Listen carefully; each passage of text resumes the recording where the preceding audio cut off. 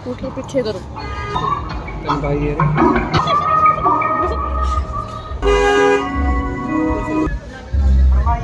मेरे लिए क्या हुक्म है। सुना है कि ब्रह्मा जी का पुत्र नारद को हिमालय की कतराओं में मेरा स्थान लेने के लिए और तपस्या कर रहा है। तुम तमाम अफसराओं सारा देश को जगकर उनकी तपस्या बंद कर दो। तो क्या महाराज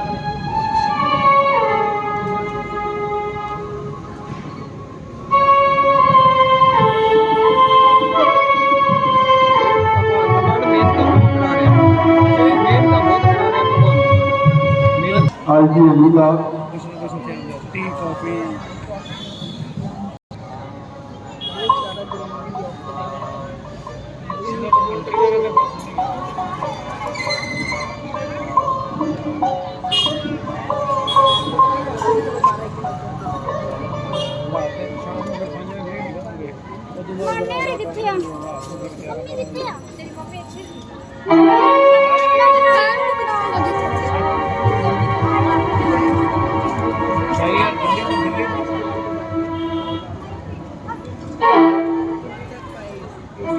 वही हो गया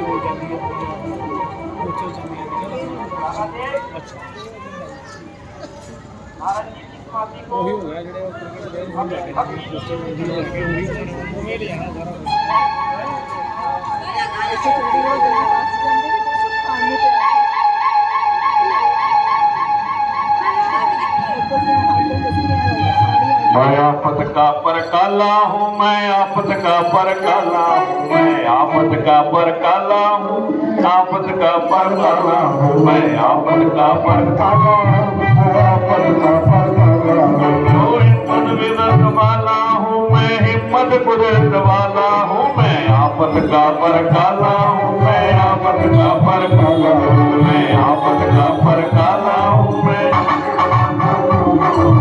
रगड़े झगड़े की हड्डियां में, रगड़े झगड़े की हड्डियां में हल्दी मिर्च मसाला हूँ, मैं आफत का परकाला हूँ,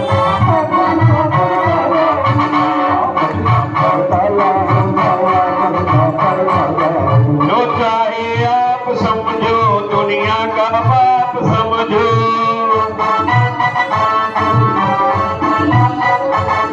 जो चाहे आप समझो, दुनिया का बाप समझो।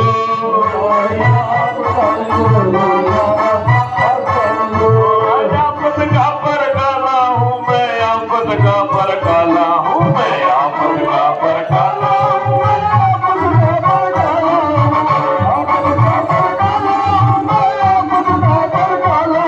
मैं हिम्मत कुदरत वाला हूँ, मैं हिम्मत कुदरत वाला हूँ, मैं आफत का परकाला हूँ, मैं आफत का परकाला हूँ, मैं आफत का परकाला हूँ,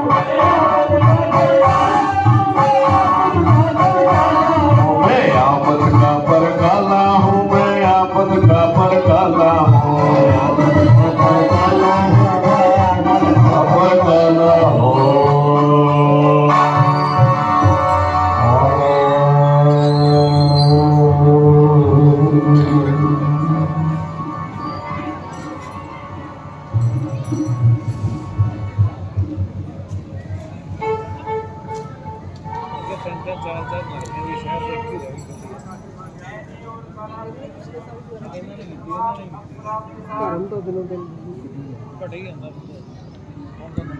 कदर कमाल किया, बड़ी इब्तिदाओं को मौत की तरह डाल दिया। ये इस अप्सराओं के नाचने नाटक पर पशु पक्षी भी हैरान है, मगर नारद जी के लिए चारों ओर सुनसान है, ना तो अपनी जगह से हिलते हैं, ना ही कुछ बोलते हैं। अफसोस तो है इतना शोर मचाने पर भी आंखें नहीं खोलते हैं। तो मैं ये भी नहीं कह सकता नारद जी लोक में जिंदा है के पर रोज के पसंदा है। बस अब मुझे राजा इंद्र के सामने शर्मिंदा उठाना पड़ेगा। आइंदा के लिए अपने कामयाबी के हाथ होना पड़ेगा।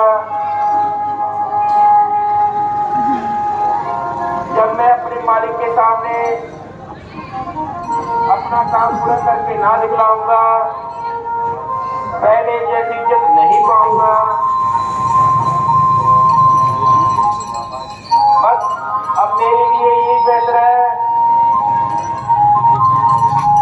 नारद जी के चरणों में शीश झुकाऊं, बेशर्मी का पीड़ा उठा के वापस चला जाऊं।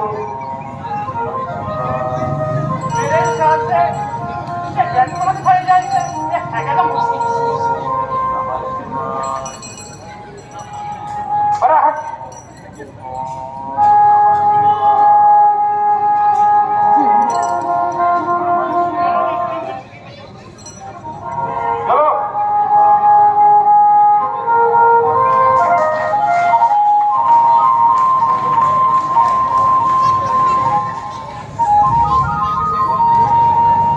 कामदेव और कालादेव अपने सारे परिश्रम दिखा के फिर भी नारद जी ਨੂੰ ਉਹਨਾਂ ਦੀ ਸਮਾਧੀ ਨਹੀਂ ਭੰਗ ਕਰ ਸਕੇ।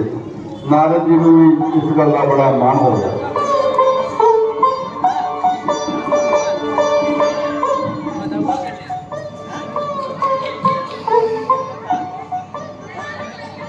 वाह रे नारद, तेरा दिल और दिमाग, भजन का साधन, माया का त्याग।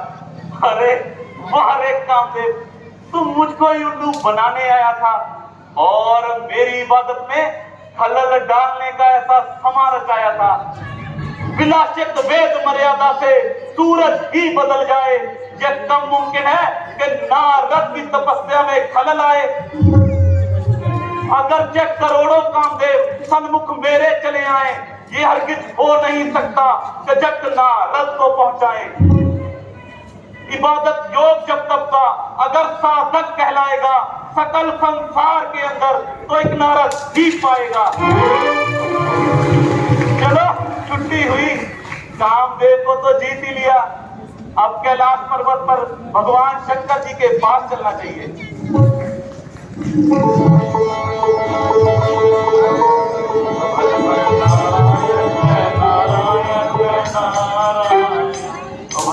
नारायण नारायण नारायण भगवान नारायण नारायण नारायण नारायण नारायण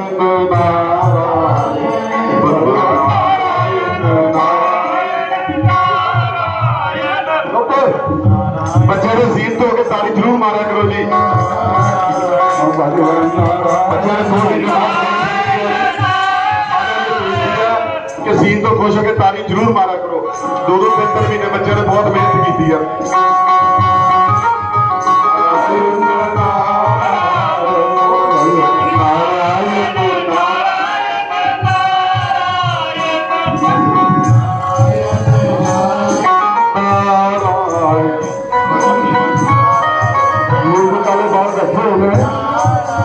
मैच के ऊपर मैं उनको जलाना तो पकड़ के बैठो।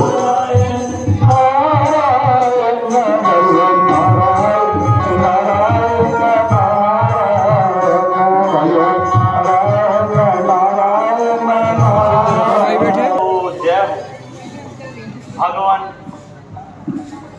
आज मैं आपको एक खुशखबरी सुनाने के लिए आया हूँ, सुन लीजिए।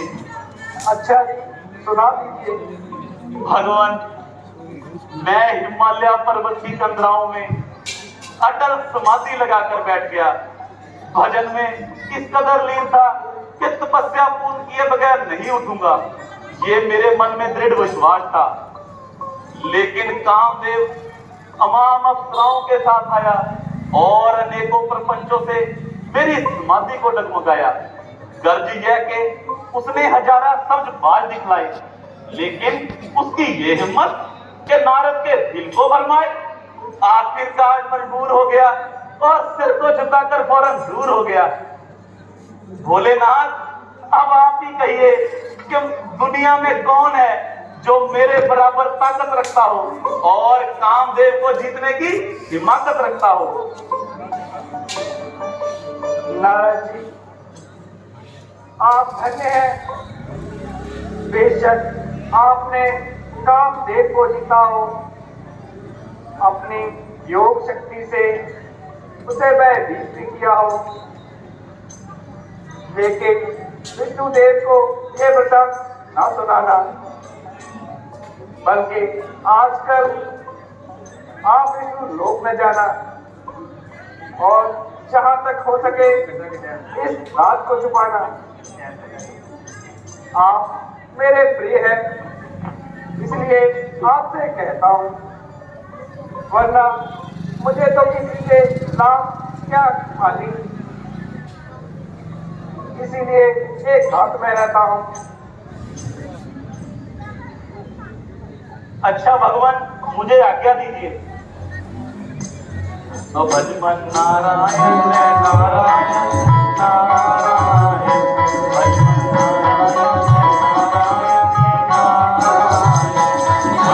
नारायण नारायण। पूरी सारी जरूर मारा करो जी।